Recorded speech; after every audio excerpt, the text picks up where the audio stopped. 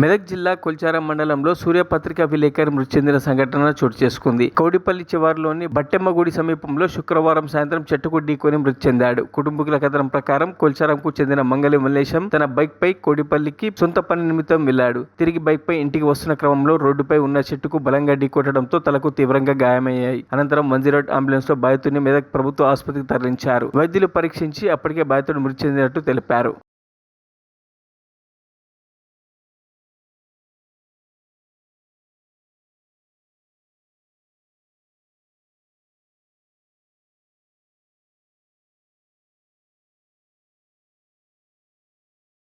మరిన్ని అప్డేట్స్ కోసం మా ఛానల్ని సబ్స్క్రైబ్ చేయండి.